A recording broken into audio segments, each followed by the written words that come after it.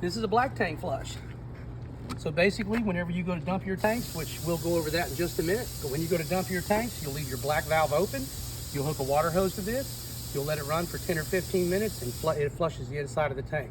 It has a small rod with a bunch of holes in it. It sprays water in every direction. It keeps our sensors clean, our tanks clean, and it helps with keeping the tanks deodorized. Then down here, we have our gate valves. Now, whenever you go at a campsite, you have this hooked up. You have your pipe hooked up to here, to the septic, to the ground. This is your gray tank. You can always tell a gray tank, it has an 1.5 inch valve. Gray tank is sinks and showers only.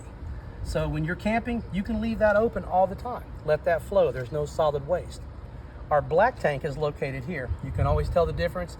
It's a 3-inch gate valve. You have to keep that closed and let the tank fill to 2/3. When it fills to 2/3, you come out and pull the handle. You evacuate the system. When it's done evacuating, you leave the gate valve open, hook your water hose up, let it flow. When it's done flowing, you close it back up, go to the inside, put your chemicals in the toilet, let your toilet fill to 2/3. We have a gravity feed system in an RV.